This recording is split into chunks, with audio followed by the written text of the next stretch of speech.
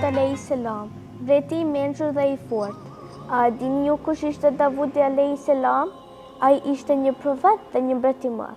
Por a dini se ai dikur ishte vetëm një bari thjesht që ruante delet? Si mund të bëhej një bari mbret? Si arriti ai të fitonte një luftë pa shpata ushtar? Le të zbulojmë bashkë.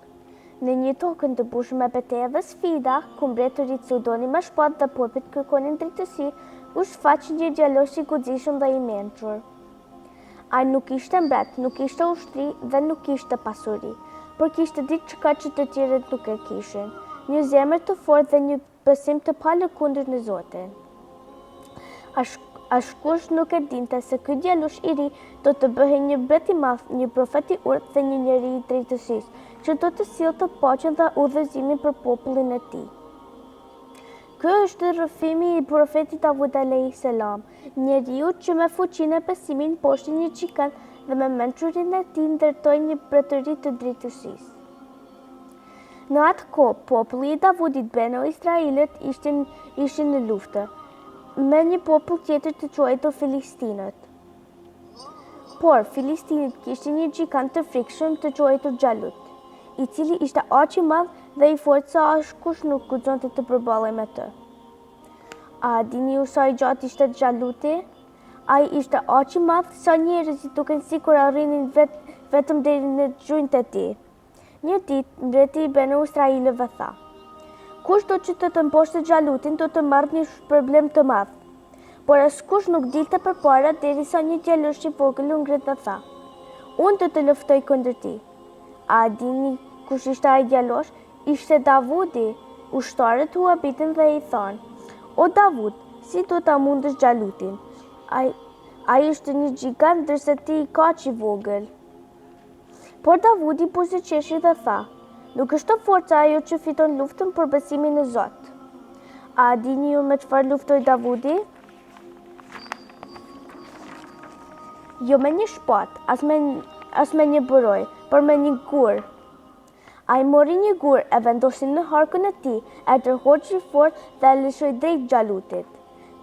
Guri e çulloi Xhalutin në ball dhe giganti u rrëzua. A nuk është kjo e mrekullueshme? Një djalosh I vogël me besim të madh mundi një gjigant. Pas kësaj fitoreje të madhe, Davudi I bë shumë I njohur. Njerëzit e donin për trimërinë dhe mençurinë e tij. Pas disa vitesh, Zoti e bëri mbret të Izraelit dhe I dha mençuri dhe drejtësi të mëdha. A dini ju si gjykojnë mbretërit e mençur? Ata dëgjojnë me kujdes, mendojnë me urtësi dhe vendosin me drejtësi. Një ditë, dy burra erdhin te Davudi me një problem. Njëri tha: "O mbret, ky njeri ma vodhi delën time." Tjetri tha: "Jo, nuk është e vërtet, është delja ime. Çfarë mendoni ju? Si mund të gjejmë të vërtetën?" Davudi dëgjoi me kujdes dhe pastaj tha: "Një njeri I drejt nuk duhet të marrë atë që nuk I takon. Nëse ke gabuar, kërko falje dhe ktheje delën." Burri I parë uli kokën dhe pranoi: "Po, është e vërtet, e mora pa leje." Dhe kështu, Davudi e zgjidhi çështjen me mençuri dhe drejtësi. Zëri më I bukur në tokë. A dini ju se Davudi kishte një dhuratë të veçantë? Ai kishte një zë aq të bukur sa edhe malet e zogjtë e dëgjonin me ëndje kur këndonte. Kur lexonte Zaburi, librin e shenjtë që Zoti I dha, malet e madhërishme dhe zogjtë e veçël përsërisin pas tij. Ishte një melodi aq e bukur sa të gjithë dalonin për ta dëgjuar. A nuk do të doni të dëgjoni një zë kaq të bukur? Mësime nga historia e Davudit alayhis salam. Forca nuk matet me trop për me besim. Njeriu I mençur gjithmonë gjykon me drejtësi. Kur këndojmë Zotin me zemër të pastër edhe natyrën e dëgjojmë. A ju pëlqej historia e Davudit alayhis salam? Cila është pjesa juaj e preferuar? Nga historia e Davudit alayhis salam, unë kam mësuar se çdo njeri Zoti e ka dalluar me një begati të veçantë. Shfrytezoi atë për të arritur me të mirën.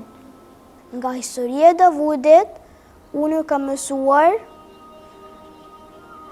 Po në qofsh edhe mbret, vlera jote nuk matet me titull, por mbahet me veprimet që bën për të mirë e të tjerëve. Profeti ka thënë, muslimani i fort, ishme i dashur tek Allahu se muslimani i dot. Unë nga historia e Davutit a.s. ka mësuar. Dia është drita që u theq zemrat dhe forca që bën njeriun më të suksesshëm.